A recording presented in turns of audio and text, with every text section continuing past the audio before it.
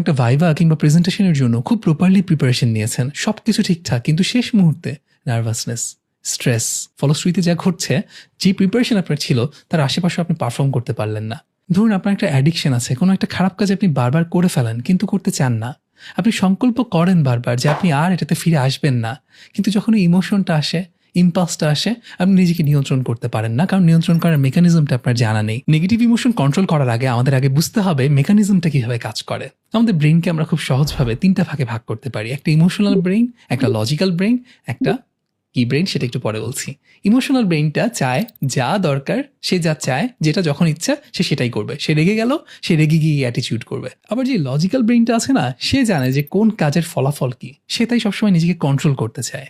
But সে চেষ্টা করে ইমোশনকে completely suppress করে রাখতে, চাপা দিয়ে রাখতে, সেটাও আবার খারাপ।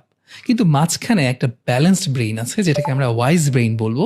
এই ওয়াইজ ব্রেইন ইমোশন এবং লজিক দুটোর মধ্যে ব্যালেন্স করে এবং প্রপার ডিসিশন মেক করে। প্রবলেমটা হচ্ছে আমরা যখন ইমোশন হিট করে, আমাদেরকে কোনো ইম্পালস হিট করে, তখন ওই ইমোশনাল ব্রেইনটা আমাদের টোটাল কন্ট্রোল নিয়ে ফেলে।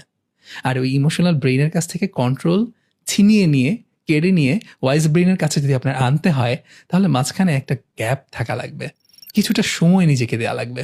আপনি খেয়াল করে দেখবেন, যখন আপনি রেগে ওঠেন, খুব বেশিক্ষণ কি টানা রেগে থাকা যায়? একটু যদি সময় নেওয়া যায়, দেখা যায় যে রাগটা পড়ে আসে। স্ট্রেসের ক্ষেত্রেও দেখেন, যখন আপনি প্রেজেন্ট করতে শুরু করেন, শুরুতে স্ট্রেসটা যেই লেভেলে থাকে, তারপর যদি মোটামুটি একটা সময় চলে যায়, আস্তে আস্তে কিন্তু স্ট্রেসটা কমে আসে। সো এই যে কমে আসাটা, সেটা যখন দেরি হয়ে যায় তখন আমাদের পারফরমেন্স এফেক্টেড হয়।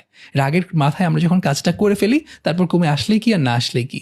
কিন্তু আমরা এমন 7টা টেকনিক আজকে শিখছি, যেই টেকনিকগুলো আমাদেরকে ইমিডিয়েটলি কন্ট্রোলটা নিয়ে আসতে এবং ওয়াইজ ব্রেইনের কাছে কন্ট্রোল তুলে দিতে হেল্প করবে ইনশাল্লাহ। এই 7টা টেকনিক মনে রাখার জন্য আমরা একটা অ্যাক্রোনিম মনে রাখবো।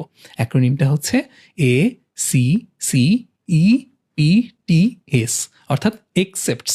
অ্যাক্রোনিম মানে কি?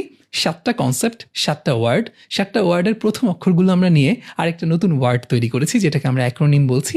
এই একসেপ্টস ওয়ার্ডটা যদি আমি মনে রাখতে পারি, তাহলে এই 7টা টেকনিকই আমি মনে রাখতে পারবো ইনশাল্লাহ। তাহলে চলুন দেখি প্রথমে এ দিয়ে আমরা কি বোঝাচ্ছি।